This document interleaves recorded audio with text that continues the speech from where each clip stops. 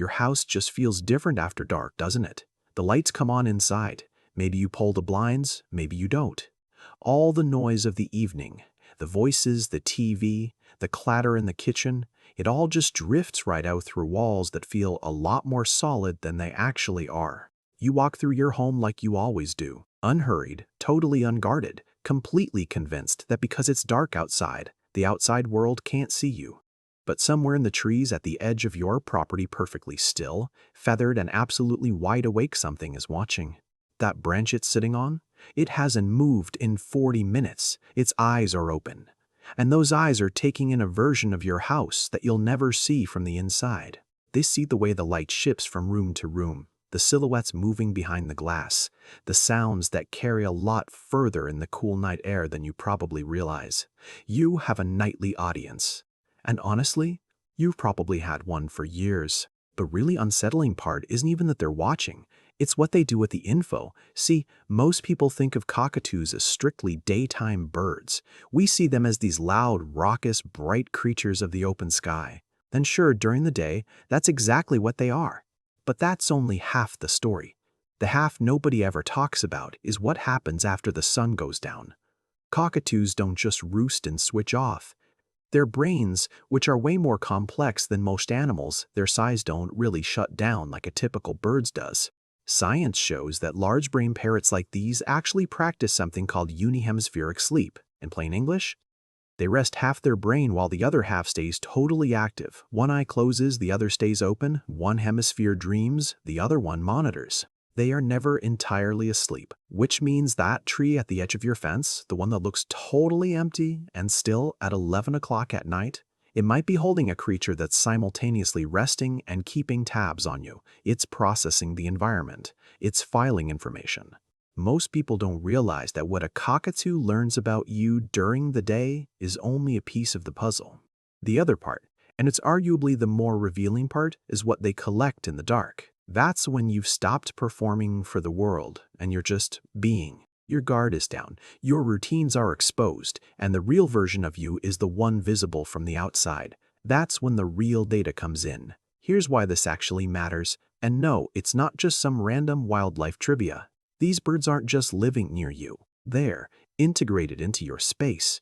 They're cycling through your world, responding to you and your household as a key variable in their survival every single day for years. What they're picking up about you isn't just background noise.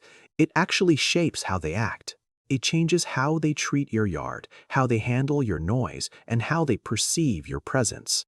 It's all about safety, risk, and resources. The kind of stuff that affects their entire flock. Whether you realize it or not, you're part of their world.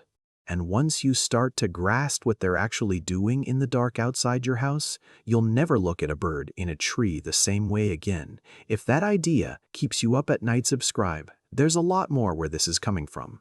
Let's look at what really happens when the light fades and the flock settles down. For a cockatoo, the transition from day to night isn't just about shutting down.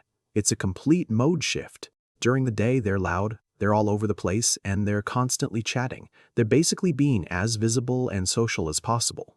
But as evening hits, something clicks. The calls drop in frequency. They start grouping up, heading toward their roost sites with this weird, deliberate focus. It feels less like coincidence and more like a plan. By the time it's fully dark, the flock is gathered tucked away in the canopy, and the whole group goes from total chaos to something quiet, something almost purposeful. But quiet doesn't mean inactive. The birds that roost near our houses and in suburban Australia, that's a huge chunk of them, are sitting right at the intersection of two different worlds. There's the natural environment behind them, the pressure changes, the rustling, the weather signals moving through the trees. And then there's your environment right in front of them. The glowing windows, your voices, the way you move around, the rhythms of your night playing out on the other side of the glass. They're taking in both streams at the same time. They're processing it all. And the data from your house when you turn your lights on, the specific sound of your routines, the vibe of your evenings, that all gets layered over everything they've learned from the last dozen nights. It's all woven into a model of you that, honestly, is way more detailed than you'd probably be comfortable imagining. Now, this is where it gets interesting. See, the monitoring isn't just passive. Researchers studying how cockatoos navigate cities have found something they call cognitive territory mapping. It's not just remembering where things are. It's an active, updating mental model of their environment. They track the tiny changes, a fence that moved, a light that stopped coming on, or a car that used to leave at 7 but now leaves at 8. Your house exists inside that bird's head, not as a static landmark, but as a dynamic, changing thing. Think about what that actually means. A bird roosting near your house has spent months, maybe years, building a model of your life. It knows which windows light up first when you get home. It knows which side of the house gets busy after 9. It knows if the dog goes out at night and whether the voices behind those walls are calm or shouting. It's not doing this because it's hunting you. It has zero interest in your personal business other than what it tells them about safety. But your house is part of their landscape, and that landscape is one of the most carefully observed environments on Earth. Your home has been mapped, in detail, by something that doesn't write things down, but has a memory that can actually outperform the average humans. And it goes further. They don't just track your movements, they track your voice. Cockatoos have incredible hearing. They can isolate your specific vocal signature from all the way across the neighborhood. Research shows they can identify individual humans with an accuracy that would put most of us to shame. But it's not just, oh, that's that person. They store the emotional flavor of your voice too. They know the version of you at 7 a.m. versus the one at midnight. They know when you're calm, and they definitely know when you're carrying tension. They even pick up on the difference between how you sound on the phone versus how you sound when you're talking to someone in the same room. Over time, it gets almost clinical. The bird doesn't know your name, and it doesn't know your life story. But it knows the shape of your day, your moods, your rhythms, your schedule with a level of consistency you'd usually only see in someone you've lived with for 20 years. That voice of yours, drifting out your window at 10:10 p.m., to them, that's just data. It's categorized, filed away, and compared against how you sounded last night and the night before. And the wildest part? None of this happens in isolation. The bird outside your window isn't just a lone observer. It's a node in a network. Flocks roost together, and when they do, information flows. They have ways of communicating through tiny vocalizations we barely notice or subtle behavioral cues that can actually spark changes in an entire population. What one bird knows about your house can spread. A new bird moves into the neighborhood. It doesn't know you from Adam, but the birds around it do. They've already got a reputation for your house. Is it safe? Is it loud? Should we steer clear? And that information gets passed on before the new bird even comes near your yard. Your house has a reputation in the flock. It's a collective understanding, carried not in words, but in behavior, of who you are and how you operate. And a lot of that, believe it or not, was built while you were sleeping. Which brings us to a question you probably haven't even thought to ask yet. It takes a minute to get there, but here it is. Why your house? See, not every roost site is the same. Cockatoos have these very specific preferences that definitely aren't random. Sure, they look for good sight lines, shelter, water, and they keep a safe distance from predators. But when they're in a neighborhood, human behavior becomes a huge part of their math. They consistently prefer houses with predictable routines over ones where things are always changing.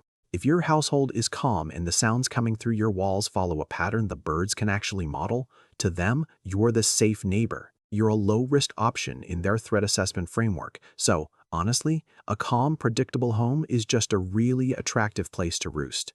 And they've been studying that predictability every single night for as long as they've been in your area.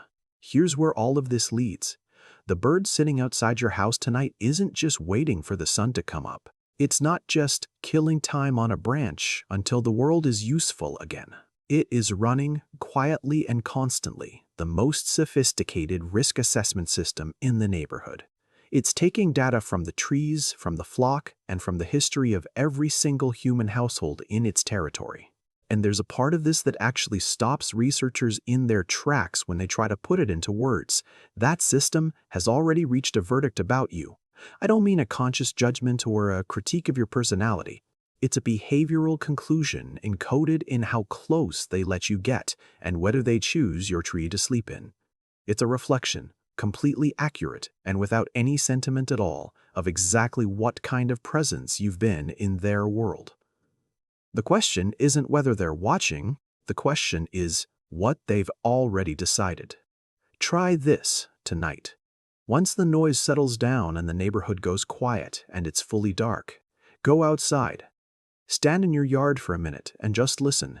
You probably won't hear anything, but in the trees at the edge of your property on that branch you can't quite make out. Behind the leaves hiding from the streetlight, something is aware of you. It's been aware of you for way longer than you've even wondered about it. It has built a picture of your house, your voice, your routines, and your rhythms, with a kind of patience and precision we honestly can't even touch. The dark wasn't empty. I watched it, and now you know it. Have you ever had that feeling, standing in your own backyard at night, that something was watching you from the trees before you even knew what to look for? Let me know in the comments. I have a feeling a lot more of you have felt that than have ever had a reason to talk about it.